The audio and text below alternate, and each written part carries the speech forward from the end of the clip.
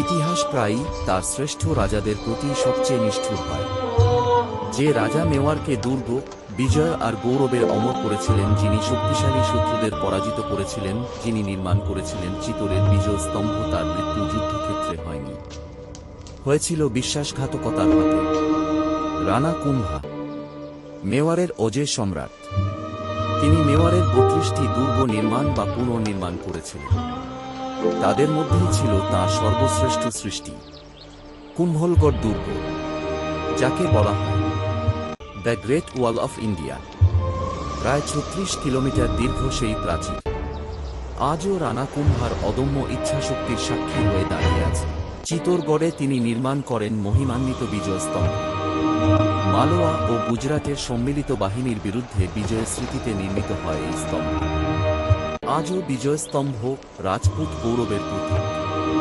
কুম্ভস্বামী মন্দির, আদিবরাহ মন্দির, রনকপুর জৈন মন্দিরও তাঁর শাসনামলের মহৎ সৃষ্টি। তিনি ছিলেন একজন পণ্ডিত, কবি ও সঙ্গীতজ্ঞ। তাকে বলা হতো সঙ্গীত রত্নাকর। কুম্ভা নিজেই বীণা বাজাতে পারতেন এবং সংস্কৃত, বেদ ও উপনিষদে ছিলেন অসাধারণ পারদর্শী। কিন্তু ইতিহাসের সবচেয়ে বড় ট্র্যাজেডি হল মহান মানুষদের পতন প্রায়ই আসে নিজের মানুষের হাত থেকে। রানা কুম্ভার ক্ষেত্রেও তাই হয়েছিল। তার জ্যেষ্ঠ পুত্র উদয় সিংহ রাইমল উত্তরাধিকারী ছিলেন না, কারণ তিনি উদয় সিংহের চেয়ে ছোট ছিলেন। কিন্তু উদয় সিংহ বিশ্বাস করতে শুরু করে যে রানা কুম্ভা রাইমলকেই মেওয়ারের পরবর্তী শাসক করতে চান। ভয় রূপ নেয় ঈর্ষায়, আর ঈর্ষা রূপ নেয় হত্যায়। কুম্ভলগড় দুর্গ। রানা কুম্ভা তখন মহাদেবের আরাধনা করছিলেন। সেই পবিত্র মুহূর্তেই উদয় সিংহ নিজের বাবাকে হত্যা করে। অজয় সেই সম্রাট প্রার্থনা করতে করতেই মাটিতে লুটিয়ে পড়েন। হত্যার পর উদয় সিংহ সিংহাসন দখল করে ৫ বছর মেওয়ার শাসন করেন। তাঁর শাসনামলে মেওয়ার আবার আবু ও আজমের দখল ফিরে পায়। কিন্তু ভাগ্য তাকেও রেহাই দেয়নি। মালোয়ার সুলতান গিয়াস শাহের সঙ্গে জোট গড়ার চেষ্টা চলছিল। উদয় সিংহ নিজের কন্যার সঙ্গে সুলতানের বিয়ের প্রস্তাবও দিয়েছিলেন, কিন্তু আলোচনা শেষে ফেরার পথে বজ্রাঘাতে তার মৃত্যু হয়। এরপর শুরু হয় মেওয়ারের রক্তক্ষয়ী সংঘর্ষ।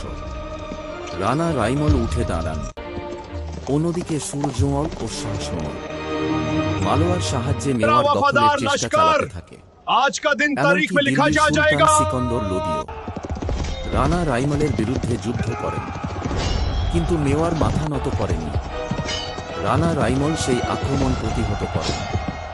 সুরজমল ছিলেন সাহসী যোদ্ধা, কিন্তু একই সঙ্গে ছিলেন ষড়যন্ত্রকারী। তিনি রাইমলের পুত্রদের মধ্যেই সংঘর্ষ সৃষ্টি করতে চেয়েছিলেন। সাদরির যুদ্ধে সুরজমল বড় আক্রমণ চালান। ঠিক সেই সময় রাইমলের পুত্র পৃথ্বীরাজ যুদ্ধে প্রবেশ করেন এবং যুদ্ধের মোড় ঘুরিয়ে দেন। শেষ পর্যন্ত সুরজমল মেওয়ার ছেড়ে প্রতাপগড়ে চলে যান, আর ভবিষ্যতে এই একই রক্তধারা থেকেই জন্ম নেবেন মহারানা প্রতাপ। কিন্তু সেই ইতিহাসের ভিত্তি গড়ে দিয়েছিলেন রানা কুম্ভা। তিনি শুধু দুর্গ নির্মাণ করেননি, তিনি নির্মাণ করেছিলেন এমন এক মেওয়ার যা শত শত আক্রমণের পরেও মাথা নত করেনি।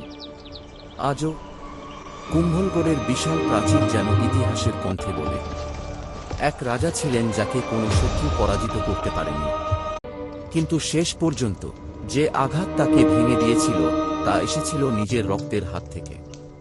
তিনি শুধু একজন রাজা ছিলেন না, তিনি ছিলেন মেওয়ারের অজেয় সম্রাট।